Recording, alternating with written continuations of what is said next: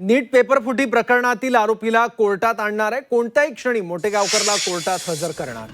दिल्लीच्या राऊज एव्हेन्यू कोर्टात हजर करण्यात आलेला आहे। मोटेगावकरची सीबीआय कडून चौकशी सुरू आहे आणि याच प्रकरणात मोटेगावकरला कोर्टात हजर करण्यात आलेला आहे। दिल्लीच्या राऊज एव्हेन्यू कोर्टात आणण्यात आलेला आहे मोटेगावकरला।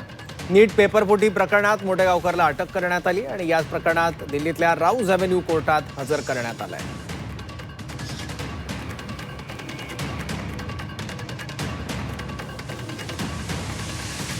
आणखी माहिती घेऊ, आपले प्रतिनिधी उर्वशी खोना आता आपल्यासोबत आहे। उर्वशी, नक्कीच आता जे आहे यांना प्रोड्यूस करण्यात आला आहे, मोटेगावकर यांना आणण्यात आला आहे। खास करून जर बघितलं तर ज्या प्रकाराने एक इन्व्हॉल्वमेंट होती, एक 40 पेक्षा जास्त असे काही गेस्ट पेपर्स होते जे मोटेगावकर आणि यांच्या क्लासेस मधून जे लीक करण्यात आलेले होते।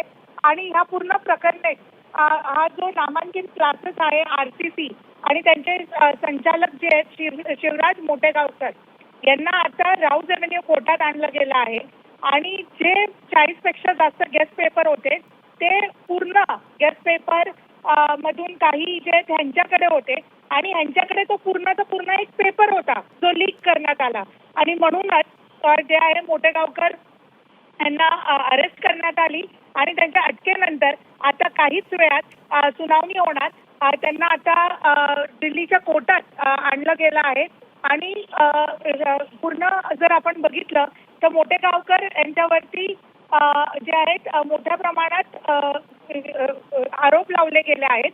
त्यांच्यावर कलम अंतर्गत भारतीय न्याय संहिताच्या कलम वेगळ्या लावले गेले आहेत आणि भ्रष्टाचार कायद्याच्या विरोधात जे अटक करण्यात आली आहे।